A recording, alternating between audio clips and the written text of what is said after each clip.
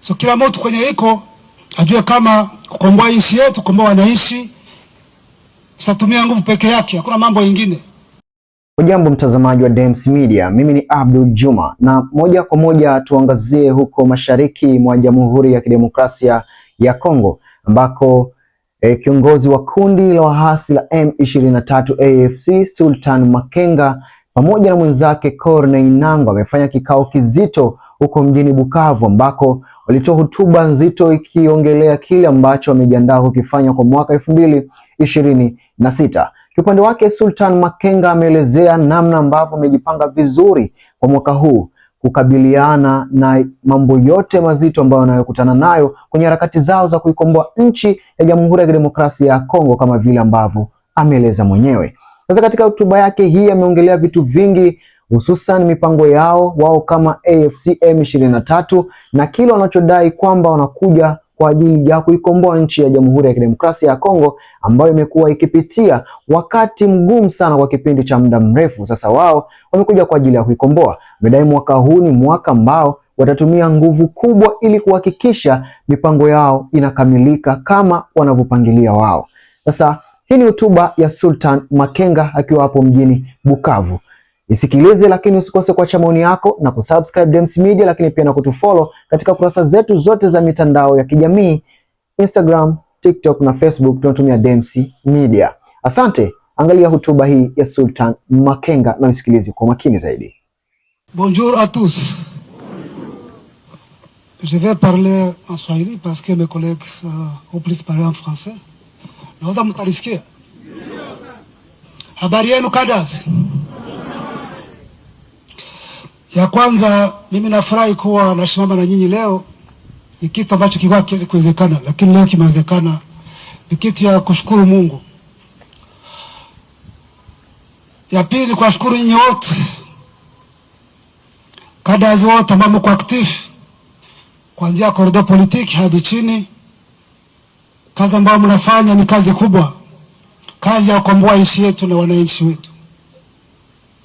Ya pili nashukuru jeshi letu, kazi ambayo wanafanya kazi kubwa sana usiku na mchana, kuanzia kwa viongozi wao juu hadi chini, wanafanya kazi kubwa sana, na ndio maana leo imewezekana tukae hapa. Hii nchi yetu kila maana nasema ni nchi ambayo imeharibika muda mrefu, vitu vyote vimeharibika, ambao njia hii pekee yake ambao chama cha M23 na jeshi lao ARC njia ambayo wameamua ndio njia moja pia kama inawezekana kukomboa hii nchi na wananchi wake. Wanapata vizuri? Na njia hii ya kukomboa nchi yetu ni njia ngumu, ni njia nzito. Tuna kazi kubwa sana, kazi ambayo natuomba kuwa wavumilivu sana, kuwa na patience, kujitoa juu ya nchi yetu, kujitoa juu ya wananchi wetu, kuwa na discipline, na hasa kuwa tofauti na watu tunapigana nao. Popote ambapo tumeanzia, wananchi wanatushukuru, wanashukuru, lakini mkiwa hamko tofauti na watu tunapigana nao, watawapiga majiwe. Unapata vizuri kadas? Inatuomba tuwe tofauti na hao ambao tunapigana nao, tuwe wakombozi kweli, tusikuwa jambazi na watu wanasema, tuwe wakombozi. Nimesema kadas mnafanya kazi kubwa sana safari ya kukomboa nchi yetu, lakini nimekuja hapa tu, yani wengine wamesema na wengine watasema, kuwakumbusha kama tuko kwa vita. Tuko kwa vita, muichukue kama wenyewe kwa vita. Muwe wepesi, muwe na nizamu, mujitoe.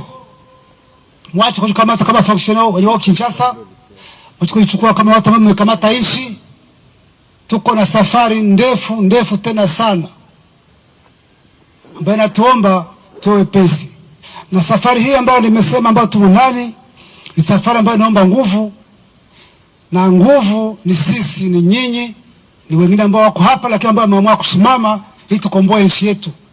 So kila mtu kwenye iko ajue kama kukomboa nchi yetu, kukomboa wananchi, tutatumia nguvu peke yake, hakuna mambo mengine. Na mwaka huu ambao 2026 Ni mwaka ambao tunaweza kuwa na kazi kubwa, kazi nzito, ambayo nawaomba mwe wepesi. Nyinyi wote mwache kuchukua kama mmemaliza vita, mwache kuchukua kama funksioneri wa Kinshasa, ili tukomboe nchi yetu, tuwe na nchi ambayo inaheshimika, nchi bora, tuwe na uongozi bora, uongozi ambao uko responsible, tuwe na wananchi ambao wanaheshimika, nchi ambayo iko viable. Na hiyo natomba kwa serious kwa mambo yote. Mwenendo wetu kwenye mtakuwa ndio mobilization ya kwanza. Mwende mfundishe raia, wajue kwa nini tunapigana. Raia waelewe kama liberation inahitajika, na wasapoti chama ili tufie kwenye tuko tunaenda. Na kazi hiyo sio rahisi, ni kazi ya kila mtu, sisi wote pamoja ukamatana mkono moja na kutafuta hizo nguvu, kujenga nguvu ili tukomboe nchi yetu na nchi yetu.